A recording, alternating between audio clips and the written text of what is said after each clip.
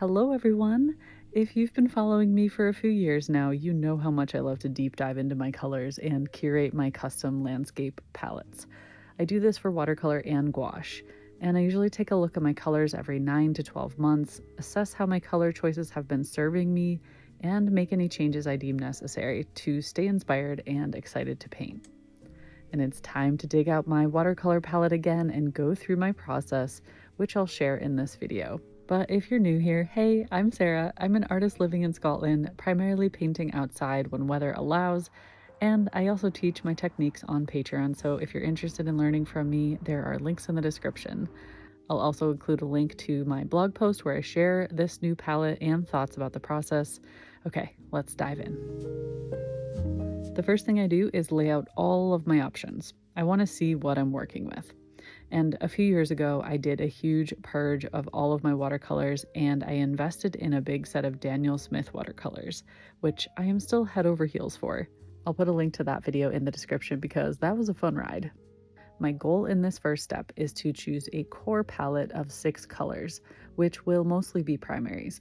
6 colors because I sometimes take out a tiny pocket palette which fits 6 colors, but I have room for 14 in my favorite watercolor palette, so there will be plenty of room to play after this. For me, choosing colors is a gut feeling. Sometimes it's quick and painless, other times I agonize over my choices for weeks, and yes, I can always switch out a color if I don't end up enjoying it, and it does happen now and then. But my goal with this process is to curate a palette which I love that will serve me for months to come. And in those months, I will deeply learn about my colors and learn how to mix more intuitively. This process has been working really well for me over the past few years. Thankfully, this time I had a strong feeling for what I wanted, and there were only a couple of maybes that I needed to decide on. If you're new to curating a custom palette, I recommend picking out a few more colors than you can actually fit in your palette. Like if your palette holds 10 colors, maybe pick 12 or 14, and then just play. Play with the colors, mix them together, paint something you love. That usually is enough to help me make my decision, but sometimes I have to do this for days, if not weeks, to figure out what my core palette's going to be. My choice of core colors is based on kind of an equal combination of experience and desire. So what do I usually use and what do I love to use? I often use a split primary palette, meaning 2 versions of each primary, which are red, yellow, and blue. It's what I've done for years, and I went in a similar direction this time with just a slight deviation. So let's take a look at my color choices for the core palette of 6 colors. Deep Scarlet remains one of my favorite reds of all time. I just love this dark brownish reddish hue in its mass tone that dilutes out to a vibrant red without being garish. Because it has some granulation, it adds a bit of interest to my mixes, and I especially love to mix it with ultramarine blue to create rich darks and grays with lots of granulation, which are perfect for rocks. While still on the cool side, my second red gives me the punchy purples I sometimes need. Quinacridone Lilac is a vibrant but light-fast pink. With a touch of yellow, it can create a vibrant red as well, but mostly I use it for its vibrancy and when I need a red without granulation. It combines beautifully with both ultramarine and phthalo turquoise for gorgeous purples and grays. Ultramarine has been a staple on my palette since I began painting with watercolor, and it will probably remain so. It's a rich blue with a bit of granulation, which keeps things interesting. It dilutes down to a perfect sky color and mixes well with everything on my palette. With a hint of yellow, it creates a turquoise that rivals my phthalo in beauty, but not quite. Speaking of phthalo, here we have my favorite phthalo turquoise, which has replaced my love of every other phthalo on earth. This hue is the perfect balance of blue and green and mixes so beautifully with everything on my palette. Phthalos are great for their vibrancy, but that also makes them a little tricky. I rarely need to refill this pan because it only takes a tiny touch of the brush to activate this powerful color. But I also love it for mixing purples, grays, greens, and so much more. It's one of the most versatile colors on my palette. My core yellow is lemon yellow, which is cool and transparent, and it gets the job done. I like it for mixing clean colors. It plays well with everything on my palette, and while I rarely use yellow on its own, it offers a bright yellow glow when diluted. As my last color in the core palette, rather than include a second warm yellow, I opted to include EF Brown Iron Oxide, which is similar to Burnt Umber but has some unique properties. In its mass tone, it's a rich, chocolatey dark brown, but it dilutes out to a warmer light brown.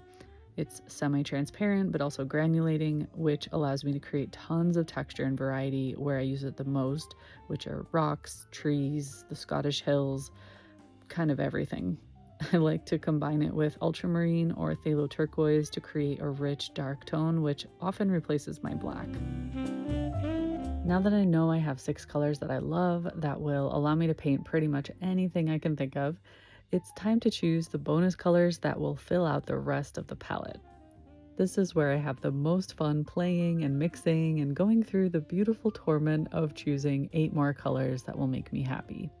Because that's the thing. Nowadays, I am all about painting with joy. If a color doesn't inspire me on the palette, it's not going to do anything for me in the painting. So I want my choices to excite my artistic brain, to make me go wow when I see them bleed and flow together on the paper. And because I have such an amazing community of artists watching these videos, when I did a meetup in Seattle last year, a bunch of people gave me colors to try. And I have to say, you all made my life a little harder in that I now have so many more choices. But it has also been a source of joy, and I am endlessly thankful for your generosity. By the way, I think one of the coolest gifts you can give an artist is a tube of paint, even if it's used, even if it's only half full, because it's just a great way to spread your love for color, and you know that that artist is going to have fun playing with it. And that's exactly what I did. Since that meetup, I have been experimenting with various colors that were gifted to me, and I found some that I really love. But rather than buy new tubes of these colors, I'm going to mix what I have and create a couple custom colors that match them as best as I could. And I have to admit, I did a pretty good job, which you'll see soon. Again, there is a blog post that goes along with this video, and I show you what colors I use to mix these custom colors that are now on my palette. So when I'm choosing these bonus colors, I'm giving everything an option to plead its case to me. But to be honest, my biggest struggle is always with greens. I go back and forth about wanting pre-mixed greens or not on my palette. Without them, I'm forced to mix my greens, which is usually my preference. But sometimes with plein air, I'm working very quickly, and having the convenience of a pre-mixed green can be a lifesaver. This time around, I narrowed it down to a few favorites. Schminke Horadam Shire Blue and Undersea Green were in fierce competition with each other, but based on the current selection of colors I was leaning towards, I thought the warmth of the Undersea Green would balance my palette out better. Once I think I know what I want to use, I take it out for a test run. Doing these field tests is the only way for me to know if my colors are getting along and if they're fun to use. I'll paint some of my favorite subjects and get a feel for how well the colors harmonize or if something needs to change. Here is some footage of me painting outside and in the studio, testing out different color combinations and figuring out what I want to use. I hope you enjoy this relaxing painting footage, after which I'll share what I chose as my official bonus colors.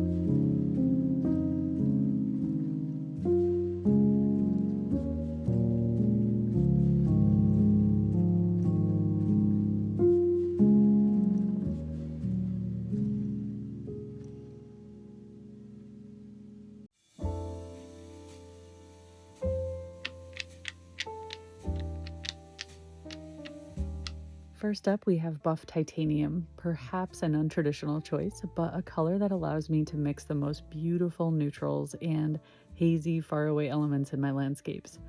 I also love it for a spot of highlight on coastal cliffs and rocks, or dried summer grasses, or whitewashed houses. It's just very versatile. Next up, we have my first custom mix, which is an equivalent to quinacridone gold. I used a combination of quinacridone burnt orange and lemon yellow, and this warm, transparent, and semi-granulating yellow looks kind of like a rusty orange in its mass tone, but dilutes down to the most gorgeous sunshine yellow.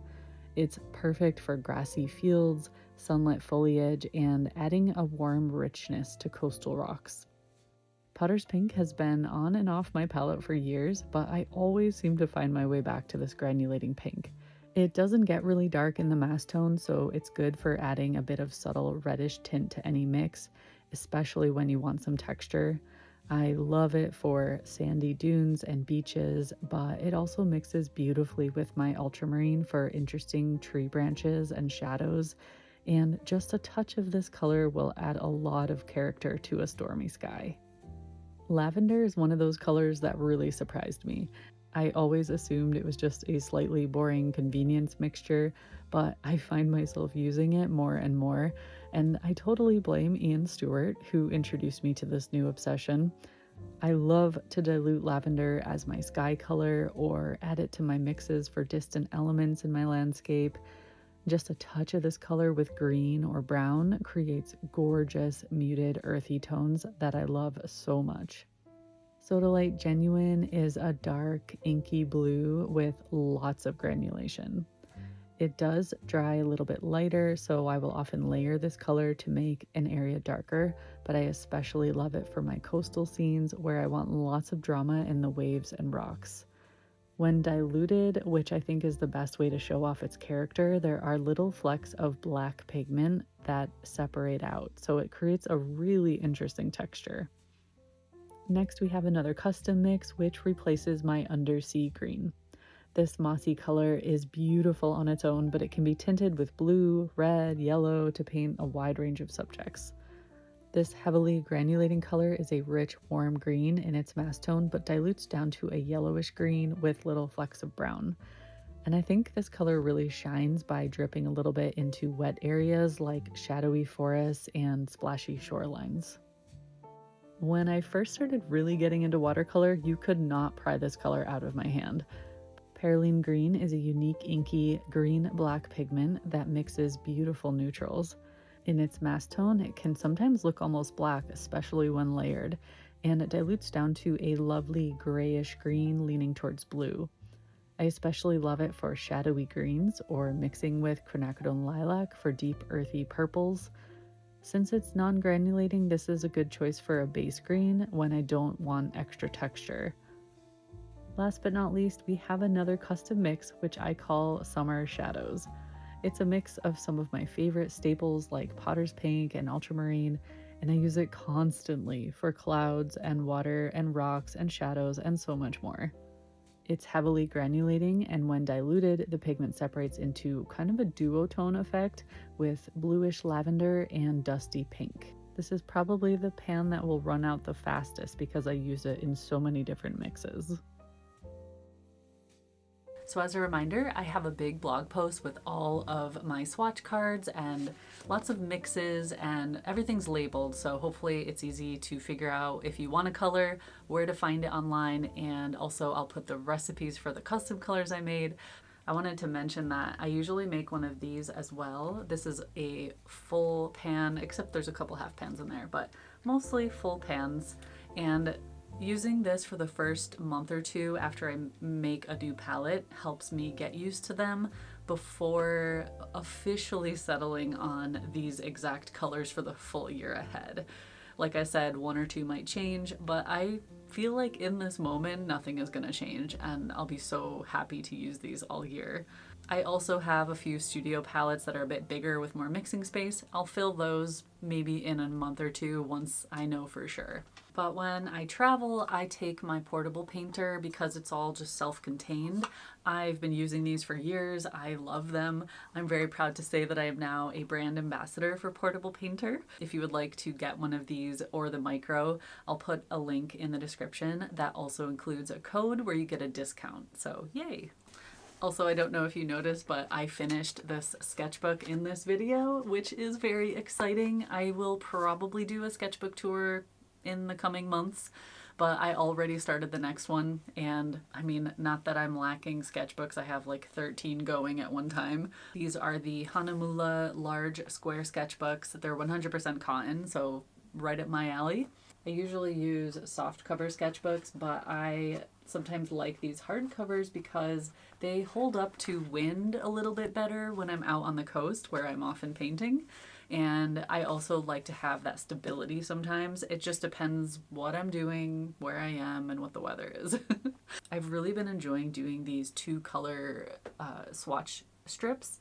So taking two colors I love, combining them with different amounts of water, stretching them out a bit, and just getting a feel for them and how they combine. I find this to be really useful for quick reference. I've heard from some of you that you do things like this in sketchbooks that you devote to swatching.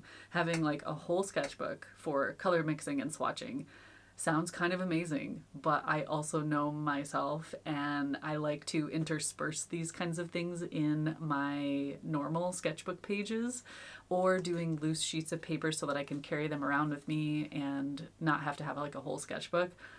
But I do love that idea of like just a color swatch sketchbook.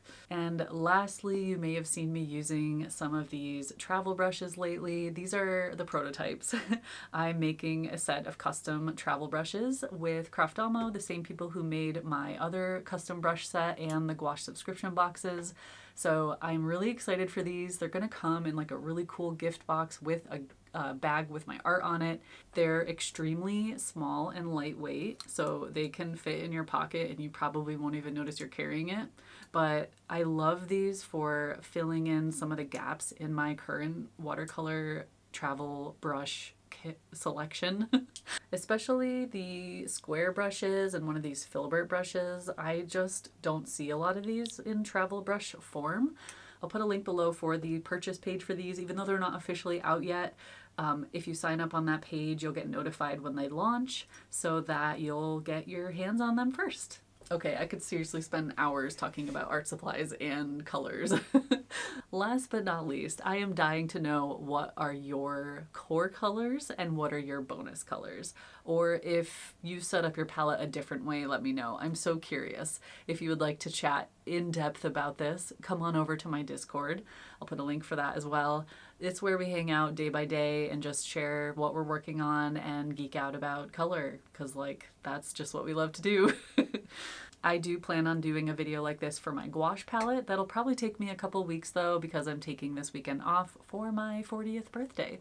So if you don't see me for a little while, it's because I am out there living life, getting older, and enjoying my new palettes. Okay, I'm gonna head out now. Thank you so much for hanging out with me. I hope you enjoyed this video, and I'll see you again soon. Take care, everyone.